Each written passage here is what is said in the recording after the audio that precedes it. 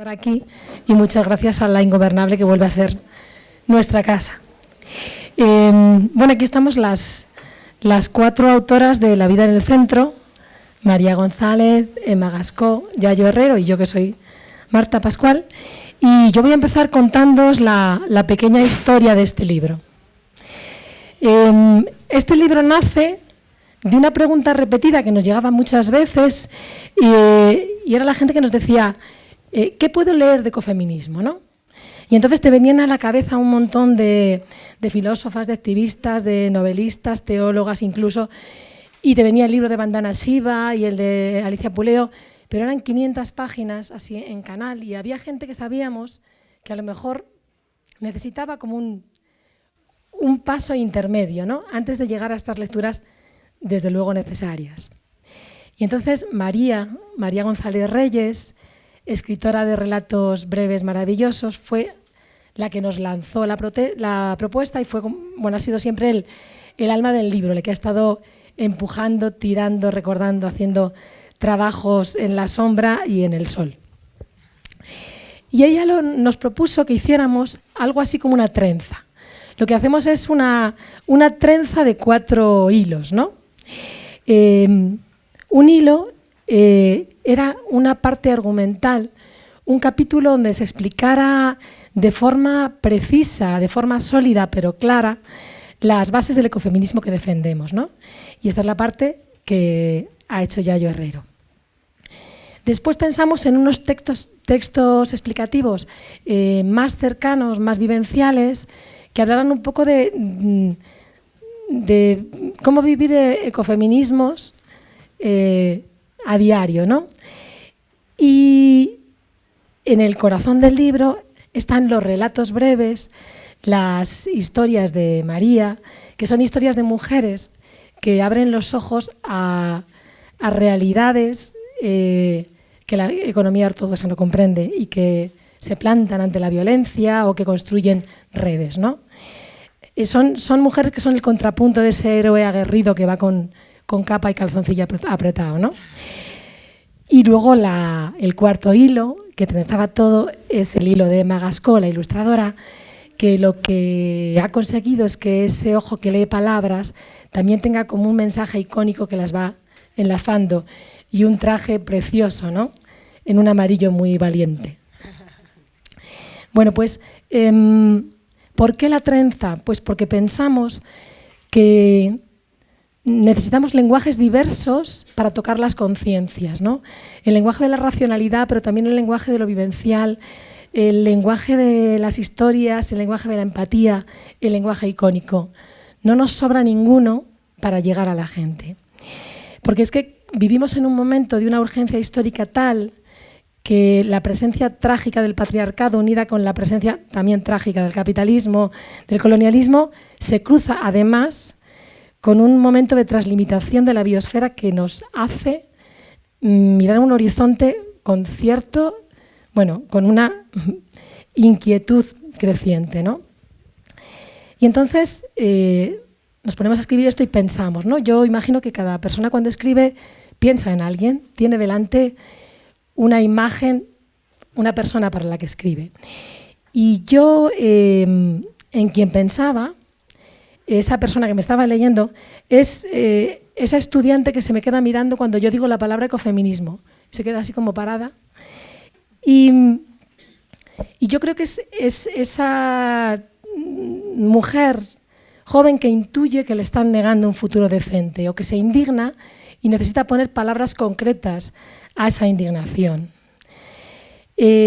También me imaginaba a esa mujer que dice: pero estos no paran de darse tortas, si nos dejaran a nosotras ya lo haríamos mejor, ¿no? Pues quizá también pensaba en ella cuando escribía. Y es que lo que estamos viendo en los últimos tiempos es que hay un interés grande por el ecofeminismo, por los ecofeminismos, ¿no?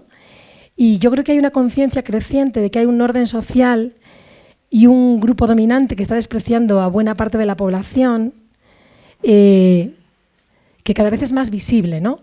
Y cada vez también es más visible esa tierra que nos alberga porque está empezando a quebrarse, ¿no?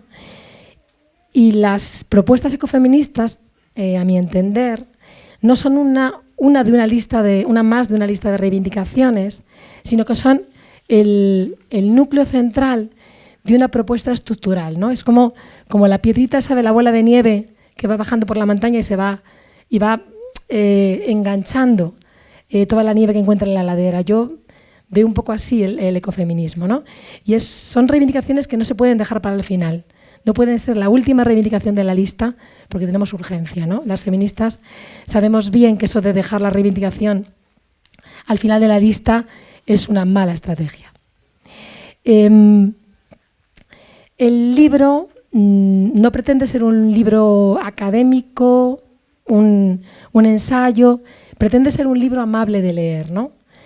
Y a veces yo escribiendo decía, sí, lo que estoy diciendo son obviedades, ¿no? Son cosas que sabemos, ¿no? Y a veces yo tenía más la impresión que en vez de contar cosas estaba como abriendo una cortina, ¿no? Para que la gente descubra asuntos con los que está tropezando cada día.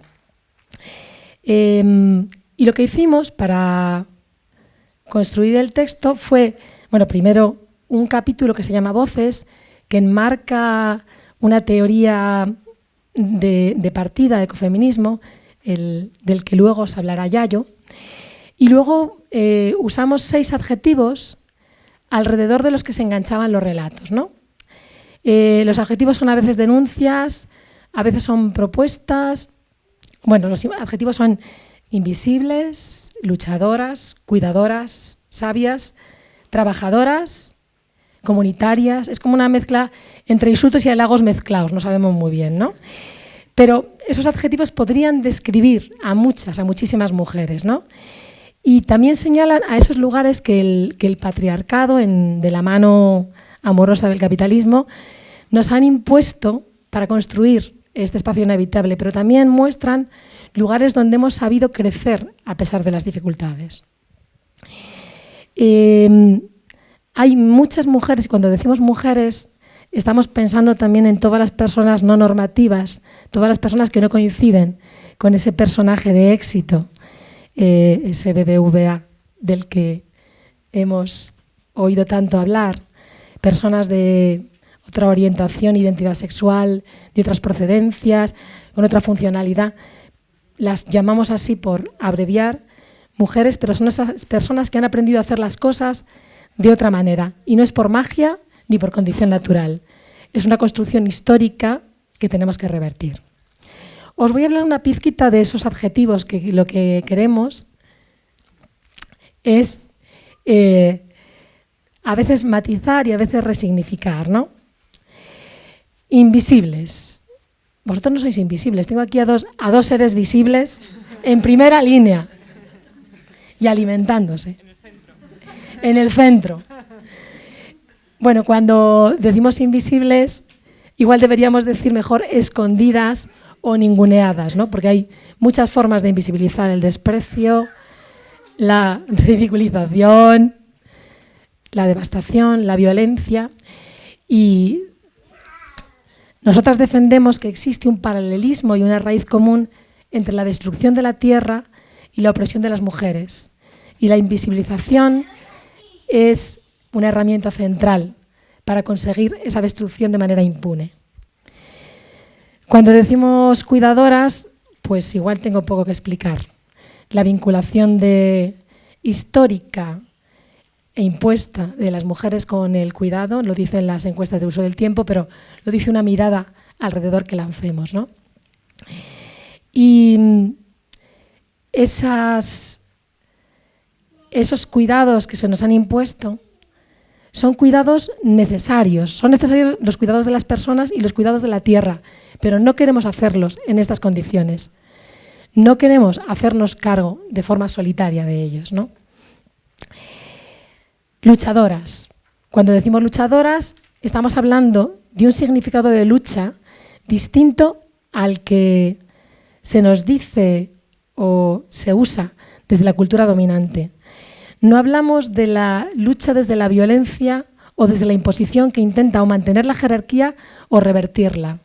Hablamos de la defensa de vidas dignas.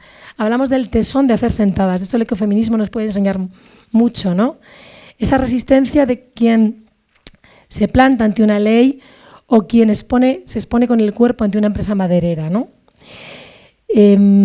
La forma de luchar de las mujeres yo creo que es una forma que se caracteriza en luchar para y no luchar contra. Cuando luchamos contra nos mueve el odio, cuando luchamos para nos mueve el futuro. Y yo creo que esa lucha es una lucha que enfrenta el poder, que es fuerte, pero no es invencible. También decimos trabajadoras, ¿no? De nuevo, intentamos resignificar la palabra. Trabajo no es ese empleo productivo remunerado que no distingue, como ya se ha dicho, decía yo a veces, la mano que acaricia que la que estrangula, ¿no? Eso no es trabajo. Trabajo son las tareas que nos sirven para vivir de forma digna y no las que reducen la probabilidad de futuro. Y a lo mejor con esas gafas habrá que seleccionar qué es y qué no es el trabajo. Y denunciamos con el trabajo la riqueza como objetivo si no puede ser generalizable. Y lo que entendemos por riqueza a día de hoy no es generalizable. Ya nos quedan 2 adjetivos. Sabias, de nuevo. De nuevo tenemos una idea de sabias que es diferente de la que nos dice la academia, el saber bancario, el enciclopédico, Google. No estamos defendiendo ese saber sobreespecializado que se olvida de todo lo que ignora. Hablamos de esa sabiduría que la cultura con mayúsculas ha expulsado y que posiblemente sea no solo deseable, sino necesaria en un futuro de escasez. Y hablamos de saberes que nos permiten mantenernos con vida, que es quizá los saberes más complejos, mantener el calor con poca energía, alimentarnos usando poco territorio, o organizarnos sin partirnos la cara. Y por último, comunitarias. Comunitarias es quizá el adjetivo que a mí más me gusta de todos estos. Y es que en tiempos de comunidades virtuales y de amigos electrónicos, de asistentes de móvil que te hablan desde el iPhone y te contestan y parece hasta que te entendieran, pero nunca te suben el pan. En ese tiempo buscamos una práctica de redes reales, de personas reales que se acompañan, que se protegen, que se hacen cargo y que se tosen al lado y se cogen las bacterias incluso, ¿no? Pero defendemos esa comunidad real y física de quien se está ayudando. Y las mujeres tenemos mucha práctica en gestionar los bienes comunes, en mediar y nos reconocemos en la relación con otras personas. Porque sabemos que la identidad individual independiente es una patraña, es una mentira. Y que aquí en lo comunitario está el núcleo central de la esperanza. Bueno, los adjetivos podían ser más, son estos, pero realmente son excusas para ir enganchando en los relatos de María y las reflexiones ecofeministas, ¿no? Y yo creo que en un futuro incierto, en que la lucha por los recursos pueda marcar la deriva de la historia, hay prácticas de millones de mujeres que están enfrentándose al orden social, al orden económico, que lo están haciendo con esfuerzo y con alegría. Y nos dan argumentos y nos dan fórmulas para mantener esta esperanza. Pero para consolidarla creo que debemos ser más, debemos comprender mejor, debemos saber más, debemos saber convencer. Y para eso le doy la palabra a Yayo Herrero.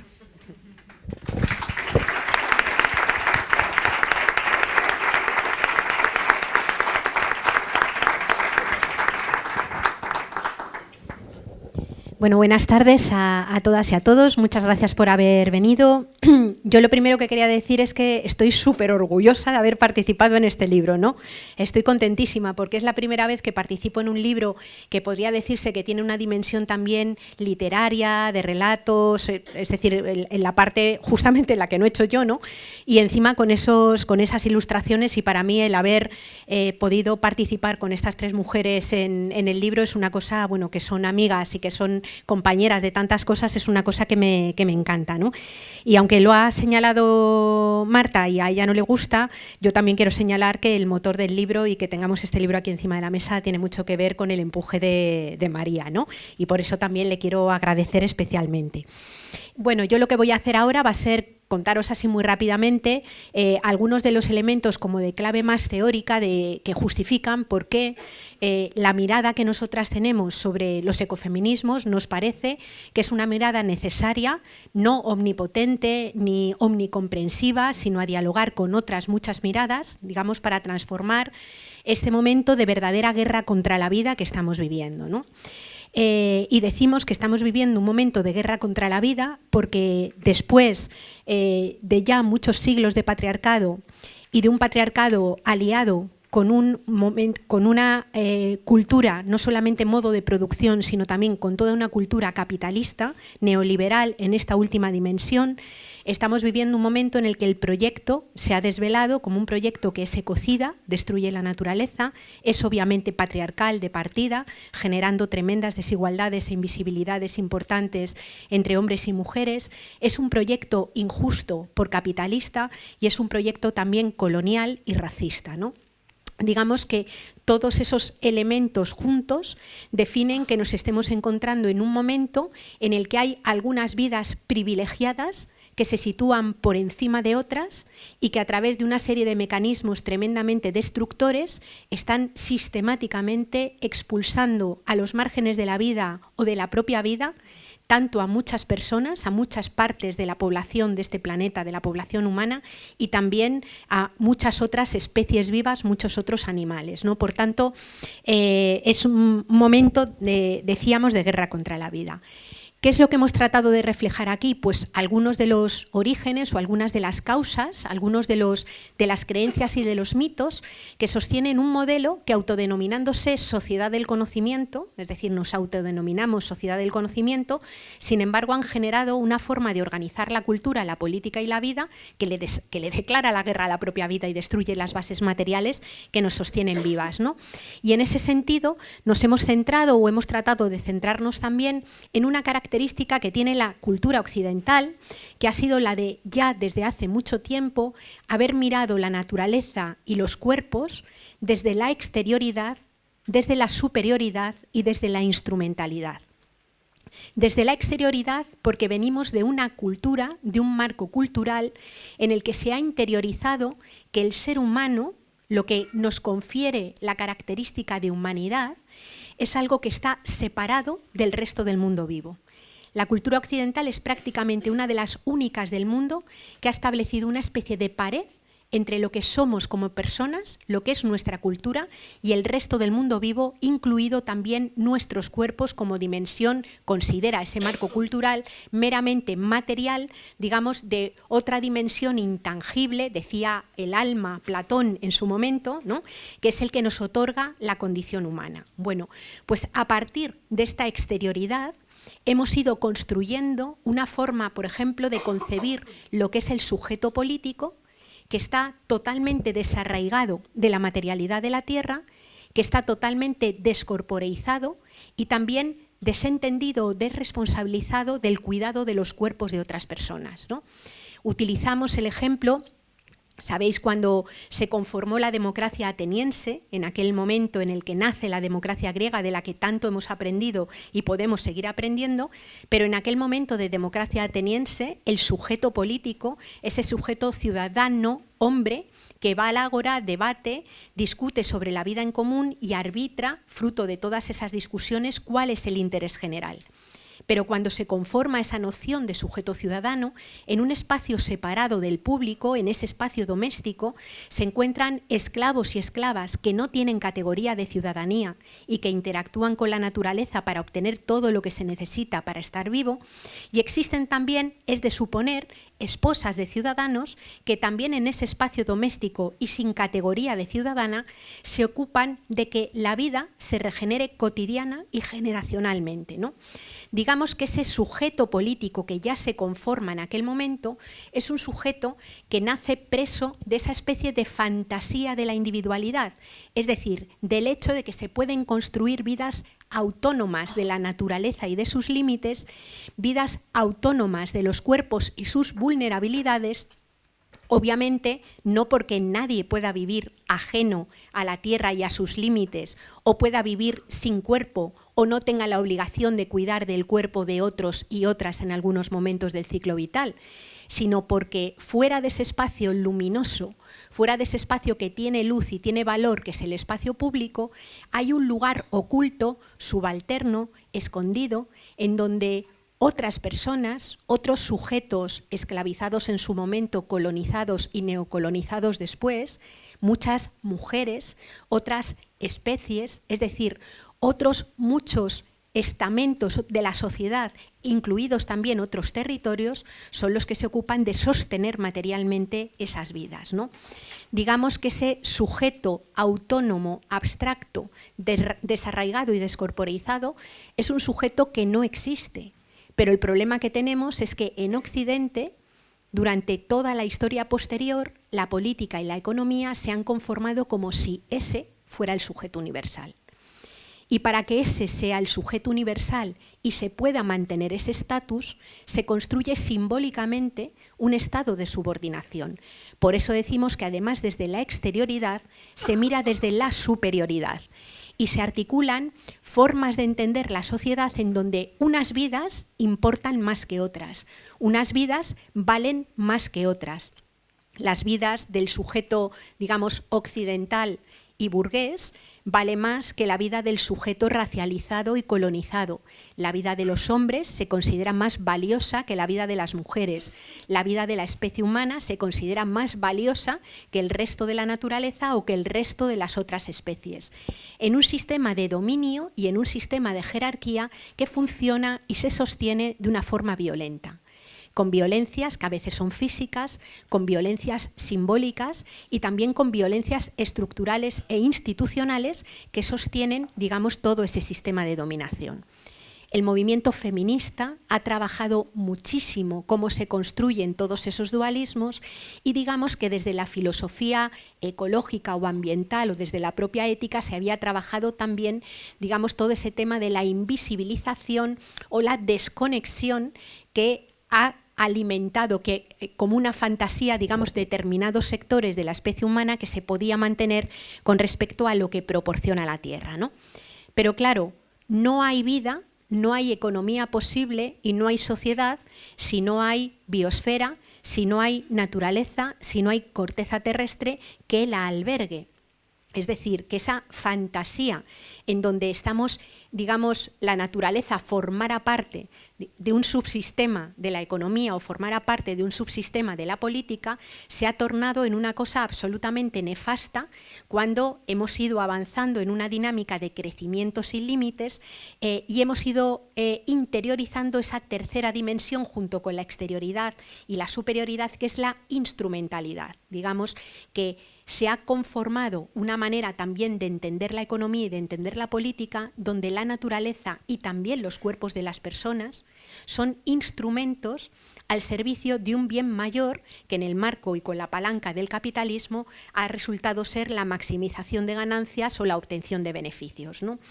En este momento nos encontramos ya desde hace unas cuantas décadas, y más bien siglos, pero sobre todo durante las décadas últimas, en un momento en el que, digamos, todo lo que consideramos que tiene valor es lo que está expresado en el marco fundamentalmente de los valores económicos, en el marco abstracto también del mundo monetario, ¿no?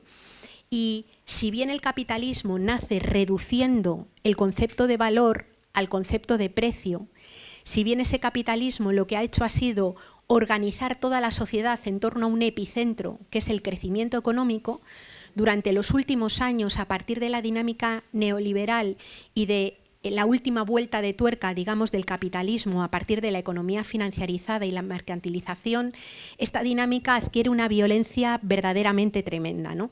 Estamos viviendo en un momento en el que para la economía, para el conjunto de la sociedad, todo, absolutamente todo, puede ser una mercancía. Es decir, las vidas de las personas, las ciudades, los espacios tienen valor en la medida en la que puedan generar, digamos, excedentes en términos monetarios, ¿no? Digamos que las personas de alguna manera expulsadas venimos a ser como consumidores fallidos, cuando a la vez la persona ciudadana o la persona que se integra en una sociedad viene, o más bien dicho, la persona estrictamente consumidora viene a ser como una especie de ciudadano fallido, ¿no? Digamos que la dinámica mercantilizadora está pasando absolutamente por encima de todo y vemos cómo de forma creciente bienes comunes que son indispensables para la vida y tienen la característica de tener límites, como es la energía, como es el agua, como es la propia tierra, como es la capacidad y la fertilidad de los suelos, como son los minerales, se transforman simplemente en mercancías que cotizan en bolsas, que pueden ser extraídas independientemente de cuál sea su uso, ni de quién lo use, ni de con qué criterios de justicia se maneje, ¿no? Por tanto, en este momento nos estamos encontrando, decimos, en este momento de guerra contra la vida y en una situación de verdadera encrucijada, ¿no? Desde nuestro punto de vista, no es casual que estén volviendo a resurgir con tantísima fuerza como están resurgiendo movimientos de corte neofascista o ultraderechista, incluso en lugares donde parecía que no iban a surgir. Estamos viviendo un momento en el que cuando analizamos la mal llamada crisis de refugiados y vemos cómo las personas se acercan a las fronteras y no encuentran entrada, a la vez permanece escondido cómo a esas fronteras llegan todos los días energía, materiales, alimentos, pesca, de que vienen de los mismos territorios de las personas expulsadas, y las fronteras sí que se abren y se cierran todos los días, digamos, para que entre todo aquello que permite sostener la vida en los lugares de privilegio. Y ojo, cuando decimos lugares de privilegio, no estamos ocultando que también en estos espacios que todavía son considerados países enriquecidos no haya importantísimas desigualdades. Las hay. Y también dentro de nuestros territorios, los espacios de privilegio, es decir, de quienes están amparados por el poder económico, el poder político y el poder militar, van siendo cada vez más estrechos y van expulsando también a personas a los márgenes de nuestra propia vida, ¿no?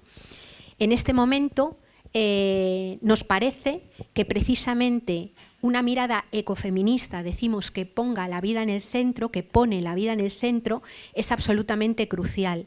¿Y a qué nos estamos refiriendo con poner la vida en el centro?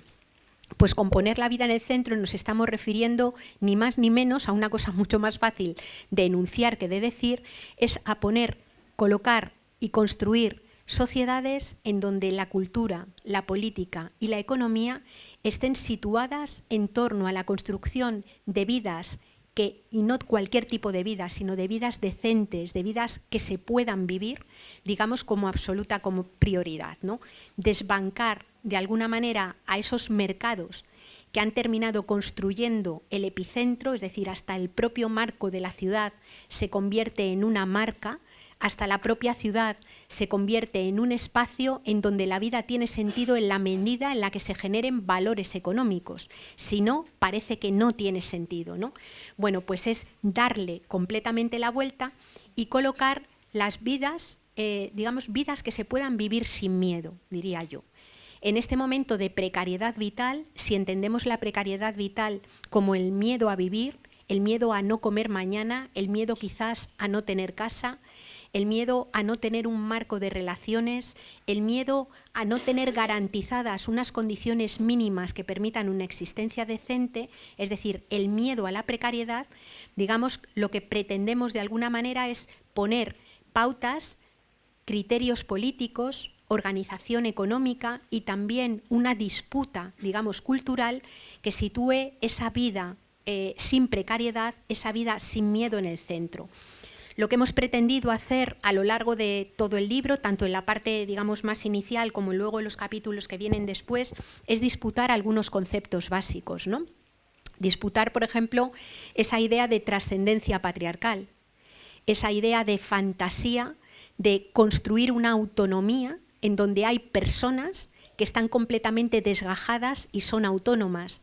Defendemos una idea y unos proyectos de autonomía, porque las personas tienen el derecho a construir proyectos autónomos, pero desde la radical conciencia de que somos necesariamente interdependientes.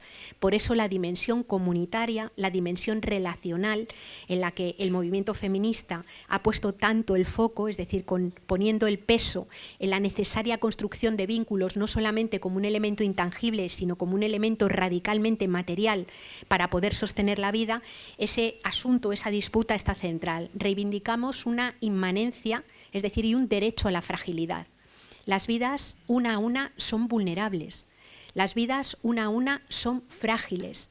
Y no es posible vivir en una sociedad que no te reconozca el derecho y el rasgo inherente de la vida de la fragilidad.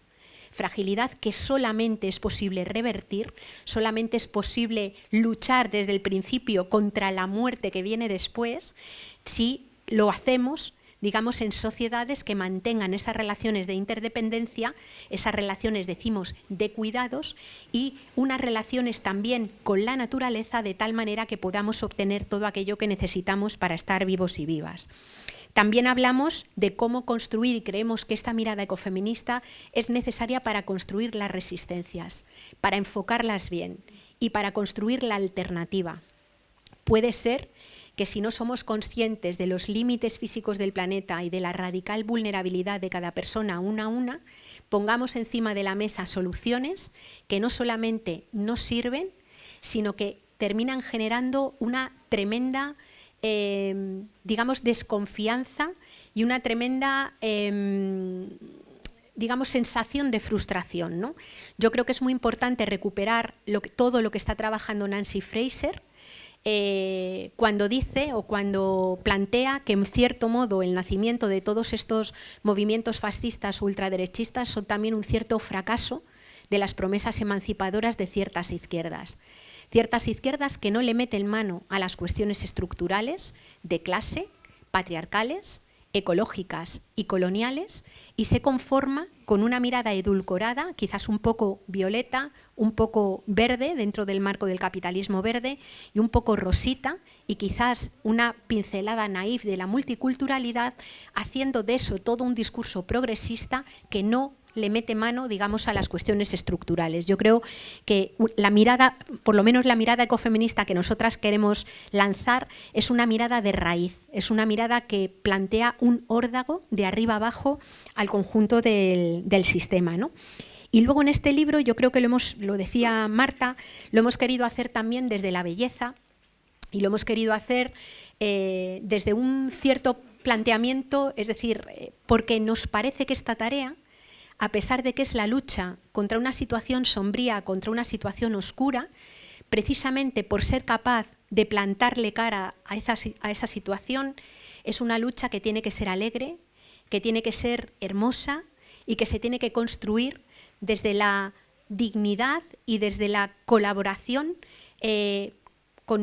con todas esas personas que estamos tratando desde distintos lugares precisamente de darle la vuelta a esta situación oscura que tenemos, ¿no? Decía Walter Benjamin que él concebía la revolución, digamos, como el freno que había que ponerle a la maquinaria loca de la historia y de la historia capitalista, ¿no? Y a mí me parece que los ecofeminismos son una buena palanca para activar ese freno de emergencia, ¿no? Es una propuesta y es un proyecto, digamos, que defiende radicalmente, y voy a utilizar una palabra que a lo mejor os parece muy naif y muy cursi, pero yo la reivindico, defiende un verdadero proyecto de amor por la vida, entendiendo el amor por la vida y por la gente como un proyecto en el que nos hacemos cargo de otras vidas, en el que nos autorresponsabilizamos también de otras vidas y en el que de forma colectiva, unas con otras, tratamos de darle la vuelta a esta cosa horrenda, si no la frenamos, que tenemos delante, ¿no? Y bueno, esa es la intención que hemos tenido queriendo hacer el libro y esperamos, bueno, pues que cuando lo leáis y tal, os parezca que un poquito, un granito, pone en esa dirección. Gracias.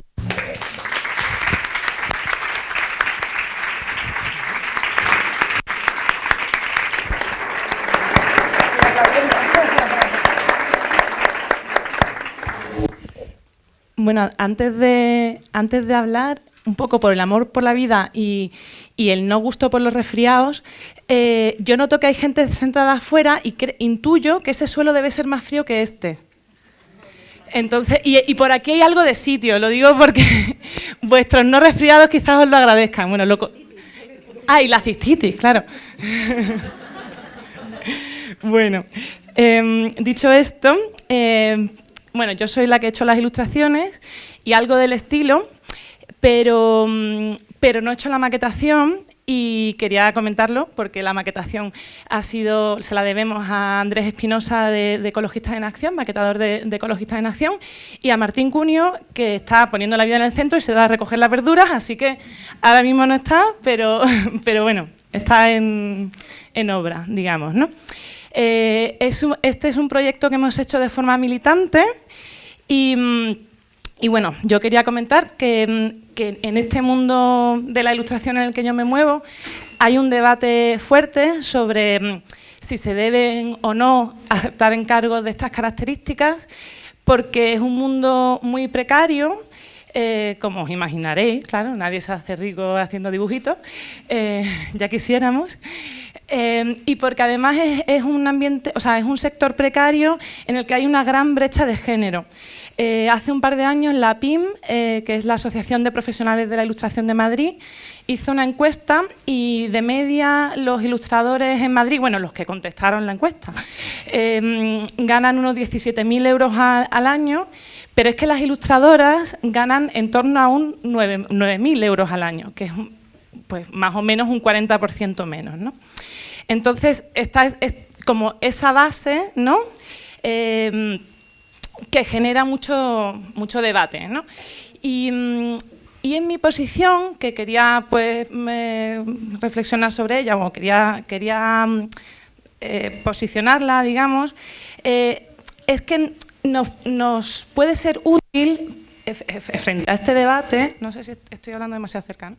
Frente a este debate, diferenciar lo que son empresas con ánimo de lucro que se lucran de un trabajo gratuito, solo por visibilidad, etcétera, de colectivos políticos, movimientos, procesos que necesitan de producción gráfica.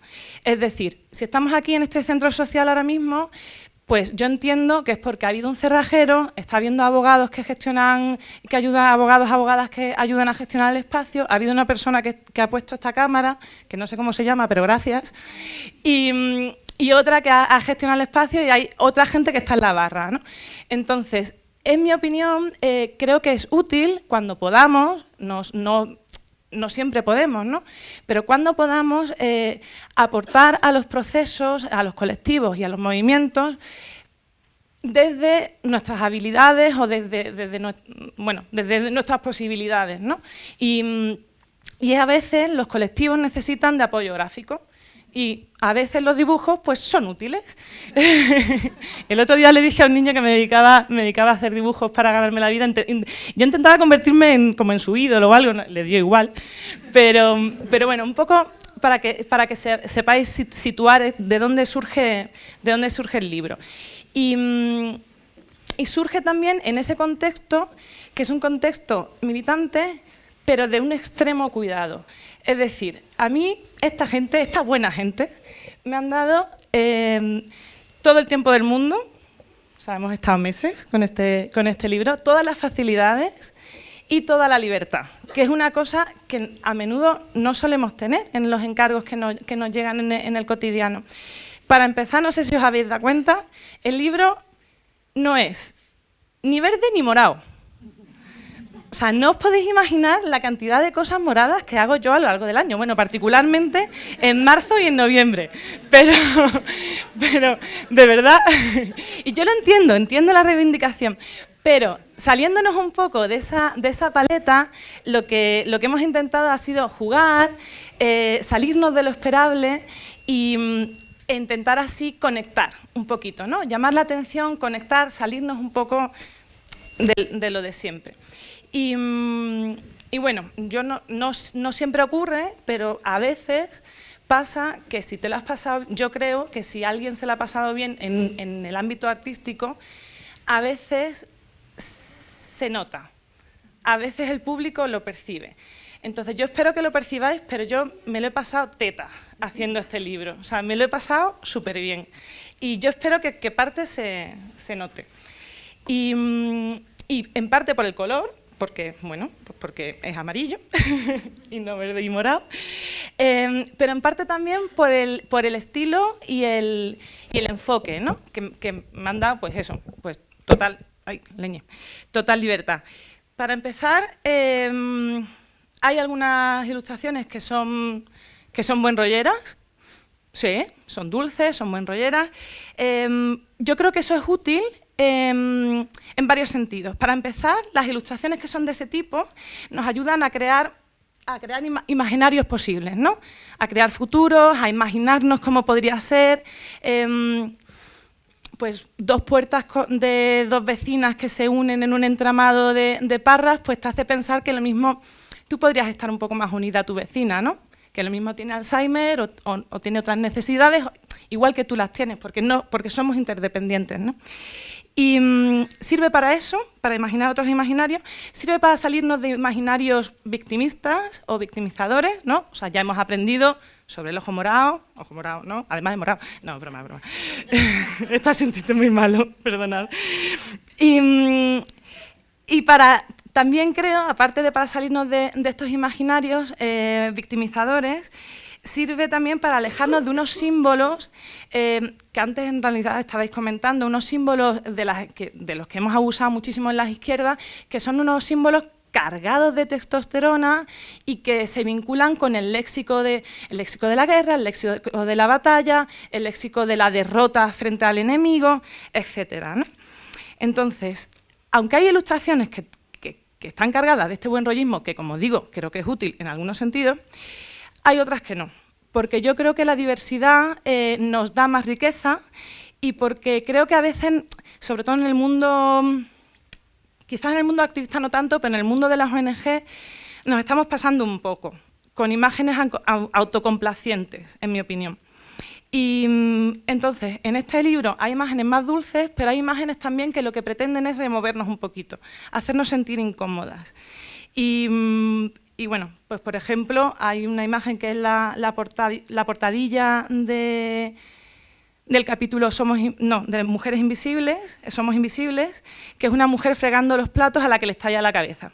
Que a quién no le ha pasado, ¿no? O sea, y hay otras dos que acompañan un relato que se llama Maquila, que habla sobre, bueno, pues sobre las contradicciones que implica que compremos ropa hecha en condiciones de extrema fragilidad, vulnerabilidad de derechos, etcétera, hechas por mujeres en otras partes del mundo, ¿no?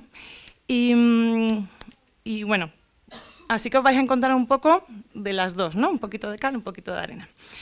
En el último anuario de Picara Magazine, que estuvimos presentando hace poquito, aquí abajo, Brigitte Vasallo habla sobre la moda del feminismo, ¿no? Y cómo a mucha gente se les mueve el piso, no sabemos dónde situarnos, sobre todo si entendemos el feminismo o los feminismos desde un punto de vista identitario, ¿no? Y ella realmente lo que decía es que teníamos que tener cuidado sobre todo con el peligro, no de que se haga mainstream, sino de que al hacerse mainstream se diluya, digamos, se nos quede un poco descafeinado. En ese sentido, yo creo que es positivo que Beyoncé saque un vídeo en el que ponga feminist detrás, en letras gigantes. ¡Fua! Y creo que es positivo que Zara saque una camiseta que diga I'm a feminist. Estupendo. Y que Amazon venda otra camiseta que encontré por la anterior, que ponía The future is female. Todo eso, desde mi punto de vista, es un logro, en el sentido de que llevamos no sé cuánto tiempo explicando la diferencia entre feminismo y embrismo e intentando quitarle la connotación negativa a la palabra. O sea que, bueno, pues celebremos la victoria, es un logro. Pero, claro, que no se nos descafine el tema. Tenemos que estar pendientes de qué canon de belleza está detrás del vídeo de Beyoncé? ¿Quién está produciendo la camiseta de Zara? ¿Cómo se ha cultivado ese algodón? ¿Cuántos campesinos y campesinas indios mueren por producir ese algodón? ¿Y qué tipo de empresa y de modelo de reparto empresarial defiende Amazon, ¿no? Entonces, un poco en ese sentido, yo creo que este libro, o sea, tanto el ecofeminismo como el feminismo interseccional, nos sirve para no perder la perspectiva. Y entonces este libro a mí me parece útil un poco para celebrar los logros, pero tener una visión que nos mantenga pegadas a la tierra. Y ya está, ya con esto os dejo. Estoy un poco nerviosa hacia el final, pero...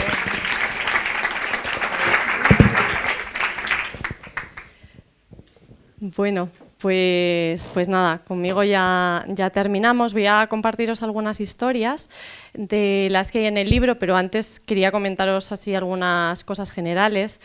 Bueno, la primera es que es un libro A4, lo que pasa es que yo tengo ahí el chip organizativo en la cabeza que no me puedo quitar, ¿no? pero es un libro A4 en el cual pues cada uno ha aportado desde donde más sabía, ¿no? Y bueno, que nace, ya se ha comentado, pero desde el, digamos, como el objetivo de contribuir a un debate y a comentar desde otras miradas distintas a como lo solemos hacer los colectivos sociales, pues algo que nos parece necesario y urgente, ¿no? Y bueno, pues el ecofeminismo que conozco y el feminismo que conozco lo aprendí con Marta y Yayo y todavía no he aprendido a dibujar bien, pero estaré en el proceso. Y nada, yo solo comentaros ahí algunas cosillas breves antes de compartiros algunos relatos. Y la primera de ellas es ¿por qué contar historias? ¿No? ¿Por qué contar historias?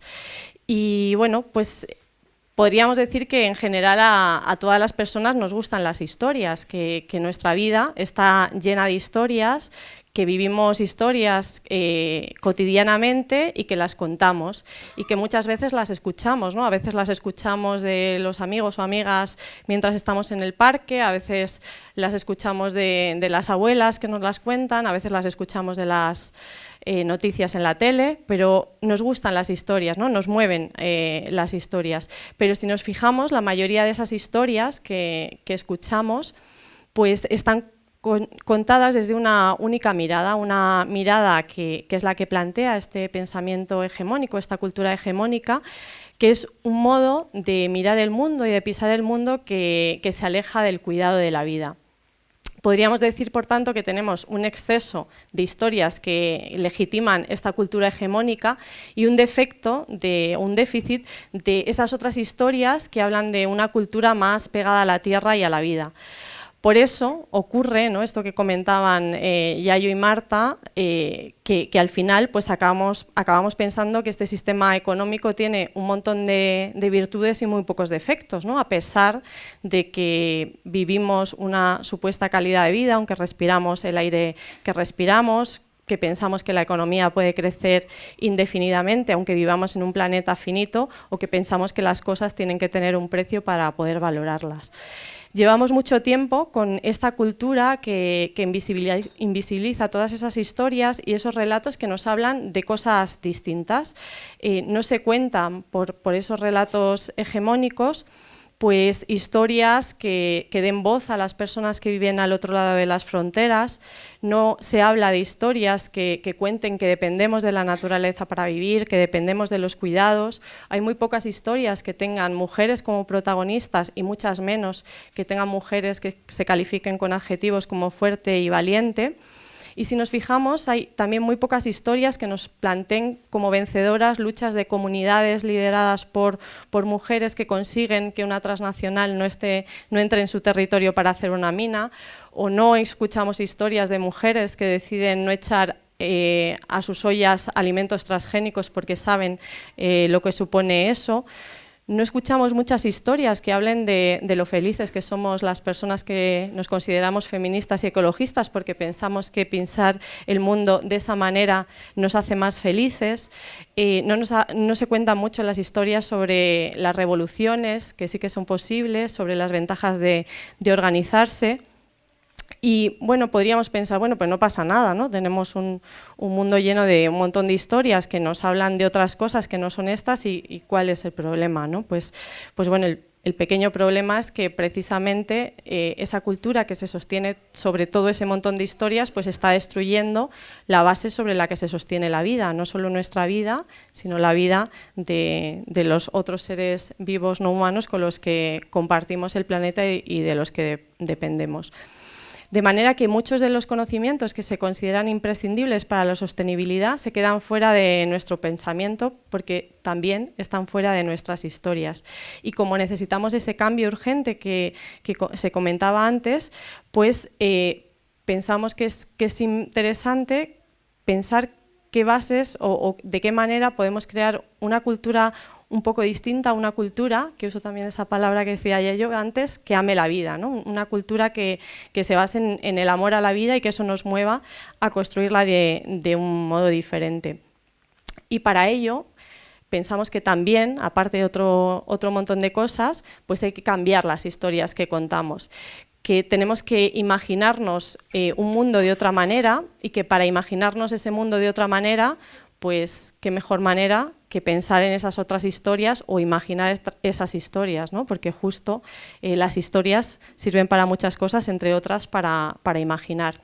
Historias que hablen más de cooperación que de competitividad, de sustentabilidad más que de crecimiento, de cuidados más que de destrucción, historias que hablen de ese amor a la vida, de una vida que no sea solo para los humanos, sino que tenga en cuenta toda la biosfera de la que formamos parte, historias que muestren las resistencias, las alternativas que se están construyendo y todas las que quedan por construir, historias que hablan de gente como cualquiera de las personas que estamos aquí, gente común que en un momento dado dice me organizo y construyo algo distinto.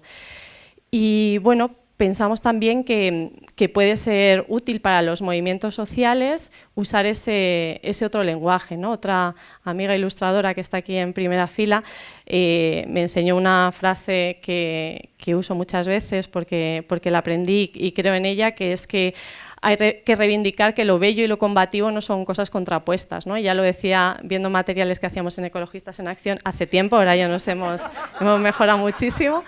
Y bueno, pues es verdad, ¿no? ¿Por qué lo combativo y lo bello van a ser cosas contrapuestas? Podemos hacer cosas que sean muy bellas desde lo gráfico o sugerentes o desde las palabras que utilizamos y eso no es contrapuesto, no está contrapuesto a que sean cosas que pretenden buscar otras maneras distintas de crear la vida.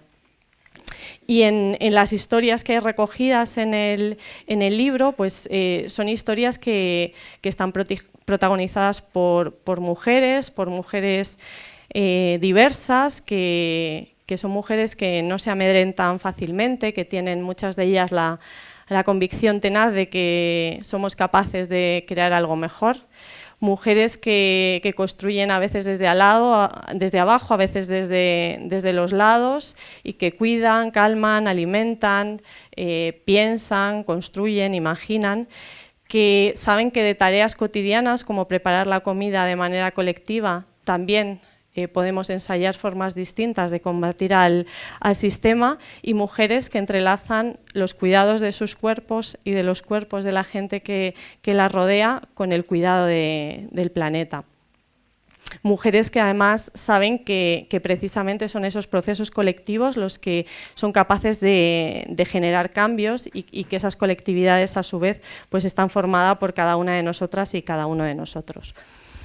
Y bueno, terminar diciendo que en realidad las historias no son mías porque no me las he inventado, digamos, así que tendría que estar firmado en realidad por mucha otra gente, porque las historias pues son de relatos que pues hubo gente que me contó o que viví directamente o que escuché en algún lugar, ¿no? Pero digamos como que no hay fantasía en el libro, ni en las historias así como más duras, ni en las que hablan más de esperanza, ¿no? Y toda esa gente que contó esas historias, pues es gente que se caracteriza porque no se calla fácilmente ante las situaciones injustas, gente que se deja arrastrar muy fácilmente por la ilusión y no quiere dejar cabida a la desesperanza, gente que aparta en muchos momentos de su vida el yo para dar cabida al nosotras y nosotros, gente que se agarra a esos sueños colectivos y gente también que se divierte, que disfruta, que se ríe, que ama y que ve en la lucha pues, una posibilidad real de crear cosas diferentes. Y bueno, después de contaros esta pequeña introducción, voy a leer algunas de las historias que la verdad es como... No sabía cuáles elegir, pero bueno, he elegido ahí algunas y os las comparto. Esta primera que voy a... lo sujeto así, gracias. Esta primera que voy a leer es una historia que me contó un amigo colombiano que a su vez le habían contado mujeres de comunidades afros en Colombia. Y se llama Negra casi azul. Tiene la piel negra, negra casi azul. El océano por el que trajeron a su madre se huele a lo lejos. El océano es negro y es azul, como el agua, como ella, negras y azules, como su madre y las demás mujeres arrastradas en barcos al otro lado, mujeres que doblan y desdoblan sus espaldas para recoger la cosecha mientras el océano huele a lo lejos, mujeres que piensan en común cómo conseguir dejar de ser esclavas. Su madre teje trenzas en su pelo, trenzas firmes, trenzas fuertes, trenzas en las que mete semillas, semillas escondidas, pequeñas madejas de pelo divididas en 3 tiras. 1, 2, 3, semilla de frijol. 1, 2, 3, semilla de maíz. 1, 2, 3, semilla de pan de árbol, semillas escondidas. Después de correr y correr, llegarás al lugar donde podrás ser libre, le dice su madre. Pero llegar no es suficiente. Para ser libre necesitarás comer y necesitarás flores que puedas oler y acariciar. Las 2 cosas saldrán de estas semillas. Y bueno, como hablábamos de la trenza, pues ahí va ese sobre una trenza. Este segundo habla sobre espacios que a veces compartimos las mujeres solo entre mujeres y que a veces se dan pues, por características como que los vestuarios no sean mixtos, ¿no? Por ejemplo, y este es pues, de unas mujeres que se encuentran en un vestuario, se llama Agua. Hablan en la ducha, antes largos hasta agotarse en la piscina de 25 metros. Duchas corridas, cuerpos desnudos, espuma de champú en el pelo y el agua que se cierra automáticamente cada medio minuto. Hoy hago sopa con caldo precocinado para cenar. Vaya berrinche que me montó esta mañana cuando la dejé en el colegio. Me confirmaron que no me ascienden porque el puesto requiere tener plena disponibilidad. Manos que, sin usar esponjas, acarician sus cuerpos para lavar con jabón perfumado el cansancio del día.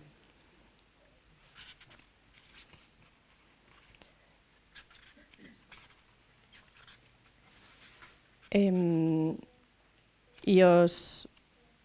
Bueno, es que me quiere sujetar el micrófono.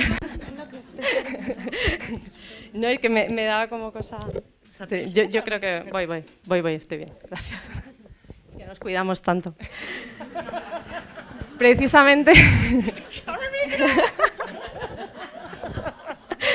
Este se llama Cadenas de cuidados, que viene a colación aunque habla de cosas distintas, ¿no? Y tiene que ver con esas cadenas de cuidados que bueno, pues me pasa. Yo soy profe en un cole y bueno, algunos alumnos y alumnas cuyas madres se quedaron en otros países, pues me recordaba me inspiró este relato. Cadenas de cuidados. Su madre no la cuida, se fue. La dejó con su abuela y llama todas las semanas desde un locutorio en el que suenan muchas voces a la vez, hablando desde cabinas mal aisladas. Dejó de cuidarla para cuidar a otra niña, casi de su edad, otra niña, más clara que ella en general, de pelo, de piel, de sonrisa, con una habitación de colores que combinan según las revistas de decoración. Una niña que ya tiene otra madre. ¿Le dará muchos abrazos? Otra madre de otro país al otro lado del océano. Esa otra niña se llama Paula. Mi madre cuida a Paula, piensa, pero la madre de Paula también cuida a Paula. A mí me cuida mi abuela, pero a Paula también la cuida su abuela, además de mi madre y la suya. Mi madre y mi abuela no pueden cuidarse entre sí. Están mal repartidos los cuidados.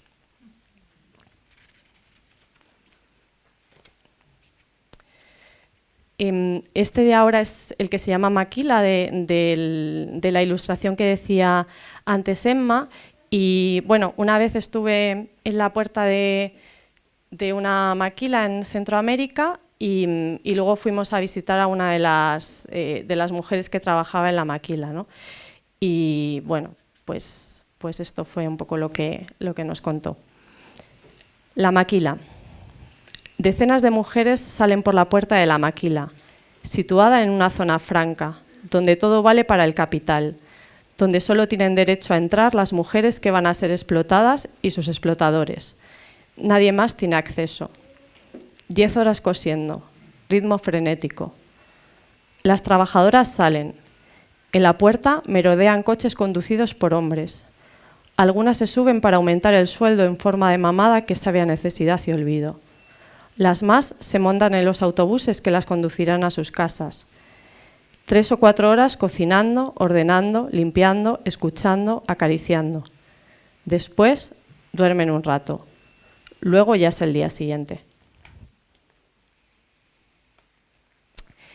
Y el último que os leo, que es sobre, bueno, como sobre unos chicos y chicas que están en una escuela popular en Argentina y se llama Antónimos.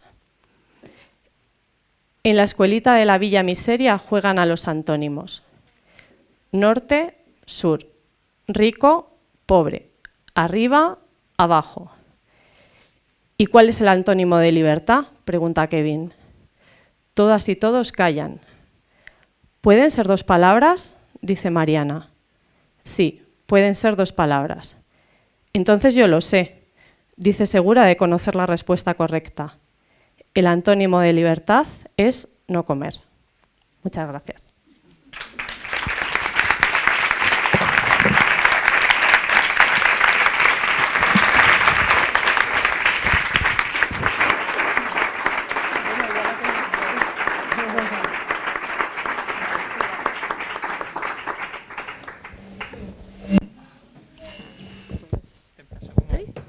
Pues me acabo de convertir en moderadora.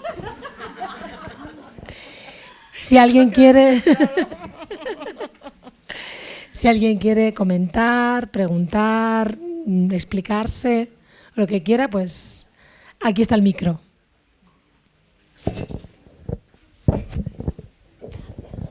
Bueno, lo primero, muchísimas gracias a Willetereí. Y como comentábamos una vez con Yayo en un taller con economistas, Sin Fronteras, me van a disculpar y me van a permitir que hable en guaraní, que es la lengua en la que pienso, en la que siento, en la que vivo, aunque en la escuela me enseñaron castellano como en muchos de nuestros países. Y para nosotros hay 3 palabras fundamentales. Una es tecoporá, que es como el libro. Teco es la forma de vivir. Y porá significa lo bueno y lo bello. Tecoporá es a la par vivir en el bien y en la belleza, como el libro, que es una forma de construir tecoporá. La segunda es yopoy. Para nosotros la economía, y mi abuela me lo enseñaba, claro, cuando soy chiquitita, como el tamaño de esta peque tan linda que estaba acá acompañando y que está, es... mi abuela, po es mano en guaraní y yopoy es la economía de las manos abiertas. es la traducción más tímida de lo que mi abuela me decía: anda, búscame aguacate en el patio, Sui. Y me decía, pero contá por tu mano. Uno tiene que ser para la tierra, para que otro aguacate pueda crecer. El segundo es para los pájaros, para que ellos puedan seguir vivos también. El tercero es para los vecinos por si alguno necesita. El cuarto es para lo que vamos a comer, para su receta. Y el quinto es para el que viene.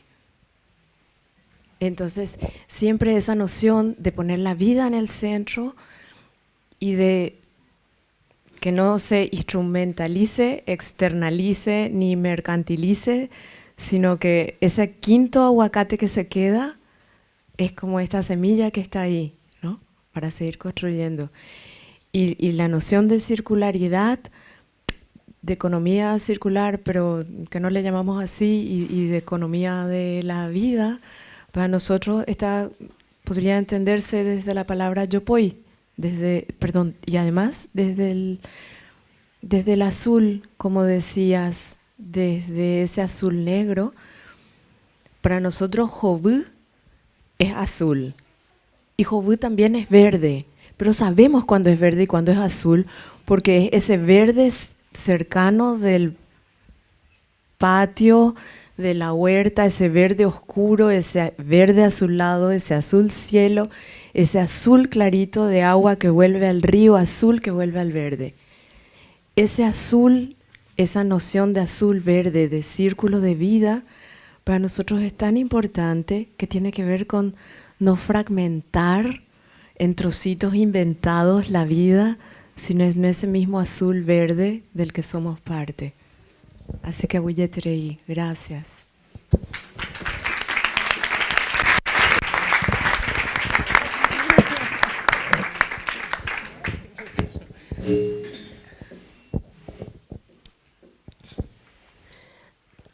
¿Alguien más quiere comentar algo? Sí. Bueno, pues por aquí dicen que podemos darnos la bebida. Bueno, muchísimas gracias por estar, por compartir este rato, y pues esperamos que el libro os ayude, os anime y os abra miradas. Bueno, que sepáis que el 100% de la recaudación del libro va destinado a Ecologistas en Acción, que es nuestro hábito. Muchas gracias.